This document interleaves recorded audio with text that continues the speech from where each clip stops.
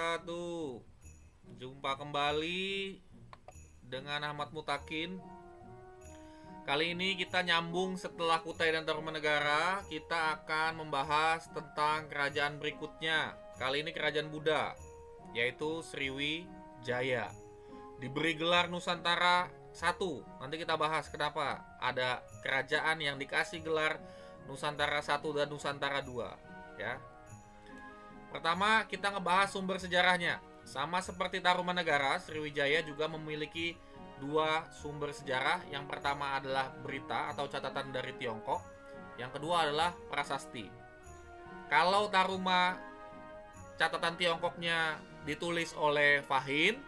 Kalau Sriwijaya, catatan Tiongkoknya ditulis oleh I Sing, ya. Dudu Ngising, tapi I Sing. Dan memiliki 11 prasasti. Check it out. Di dalam negeri ada, di luar negeri ada, gitu ya. Jadi globalisasi banget. Sriwijaya lah yang mulai globalisasi. Bukan Google, bukan Facebook, bukan WhatsApp aja. Oke? Jadi di dalam negeri beberapa yang terkenal itu adalah Karangbrahi, Kalangtuo, dan Kedukan Bukit, ya. Untuk di luar negeri yang paling sering disebut Prasasti Nalanda. Prasasti Nalanda ini menceritakan, mencatat, mendokumentasikan hubungan dagang antara Sriwijaya dengan India, gitu ya. Dan pusat kerajaan Sriwijaya diduga ada di Sumatera Selatan dan Jambi. Kalau hari ini kebanyakan orang bilangnya Sumatera Selatan, ya. Kamu tahu nggak, National Geographic bikin penelitian lagi yang bilang bahwa ada peluang ketiga pusat kerajaan Sriwijaya, yaitu di Kedah, Malaysia. Ya. Jadi bukan hanya Jambi, bukan hanya Sumatera Selatan, tapi ada teori yang ketiga, yaitu Kedah, Malaysia. Terus bagaimana kalau ternyata pusat Sriwijaya ada di Malaysia hari ini? Oh, pasti akan bingung. Nasib Sriwijaya FC bagaimana? Ya kan? Nasib Sriwijaya Air bagaimana? Karena Sriwijaya ternyata di Malaysia, gitu ya. Tapi ya tetap ada bukti-bukti yang menyatakan bahwa Sriwijaya itu di Indonesia. Nanti kita bahas luas wilayah Sriwijaya seperti apa sih. Nah, pertama kita bahas dulu raja-rajanya. Raja-raja Sriwijaya ini ada cukup banyak. Seperti biasanya kalau di soal yang ditanyakan itu raja pertama dan raja yang membawa ke puncak kejayaan. Untuk Sriwijaya, raja yang pertamanya namanya Dapunta Hyang. Sekadar informasi ya, Hyang ini artinya Tuhan kalau dalam bahasa Sang Sekerta. Jadi Dapunta Hyang. Dan yang berhasil membawa ke puncak kejayaan adalah Balaputra Dewa. Jangan ditambahin Balaputra Dewa 19. Itu fans club band Dewa 19-nya Ahmad Dhani. Bukan itu tentunya, ya. Jadi Balaputra Dewa ini adalah anak dari Dewi Tara dengan Raja Samaratungga. Samaratungga itu raja dari Mataram kuno. Jadi raja dari Mataram. Balaputra Dewa tidak berhasil mengambil kekuasaan dari Rakai Pikatan dan istrinya Pramodawardhani. Pramodawardhani itu kakak tirinya Balaputra Dewa.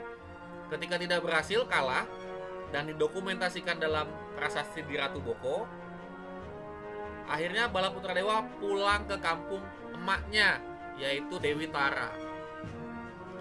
Dari situ Balaputra Dewa membangun kekuasaannya dan berhasil menjadi raja di Sriwijaya. Jadi nggak berhasil jadi raja di Mataram, jadi raja di Sriwijaya. Dan bukan cuma sekedar raja, tapi menjadi raja yang berhasil membawa Sriwijaya ke puncak kejayaan. Yoyoy. Dan untuk kehidupannya di Sriwijaya ini bisa dibilang kehidupan sosialnya itu terutama menjadi pusat penyebaran ajaran Buddha di Asia Tenggara. Jadi kalau biksu trainingnya di Sriwijaya, bikuni, biksu-biksu perempuan trainingnya juga di Sriwijaya pada abad ke-6. Jadi nggak afdol kalau mereka pergi ke tanah suci umat Buddha. Tanah suci umat Buddha itu di India bagian utara, daerah Kapilavastu situ. Nggak afdol kalau belum training dulu di pasraman yang ada di kompleks Candi Kedukan Bukit. Jadi asrama itu diambil dari kata pasraman, itu bahasa Sanskerta ya. Jadi mereka 3 sampai 4 bulan training dulu, menghafal kembali mantra, menghafal kembali kitab suci, dan ketika mereka sudah siap, sudah mantap para biksu dan bikuni ini, baru kemudian mereka pergi ke India ya. Sebegitu vitalnya untuk level Asia Tenggara. Dan untuk ekonomi, Sriwijaya ini kerajaan yang banyak mengandalkan pada penarikan bea masuk atau bea lewat gitu ya dari Selat Malaka. Dari abad ke-6 sampai hari ini 2020, Selat Malaka adalah perairan atau jalur laut paling ramai di dunia. Dan Sriwijaya menguasai seluruh jalur Selat Malaka. Jadi kapal dagang dari India, dari Arab, dari Tiongkok yang mau lewat situ bayar ke Sriwijaya. Coba kalau sekarang kayak gitu. Jadi Sriwijaya letaknya di sini ya. Ini kita masih pakai Sriwijaya letaknya di Sumatera Selatan ya. Ini kerajaan-kerajaan yang lain. Beda waktu ya. Jadi Sriwijaya nanti mengakhiri Tarumanegara, nanti menyerang Tarumanegara. Ya. Dan Sriwijaya itu sejaman dengan Mataram kuno ya. Walaupun Mataram kuno itu lebih muda dari Sriwijaya. Nah ini sayang warnanya mungkin nggak begitu ketara ya. Warnanya kuning sebenarnya yang dikuasai oleh Sriwijaya. Jadi saya kasih di kursor aja. Jadi Sriwijaya menguasai seluruh pulau Sumatera plus ditambah seluruh semenanjung Malaka, ya, Kedah tadi di sini, dan sebagian kecil dari Jawa Barat. Tadi sempat memukul Tarumanegara kan, kayak gitu. Oke ya.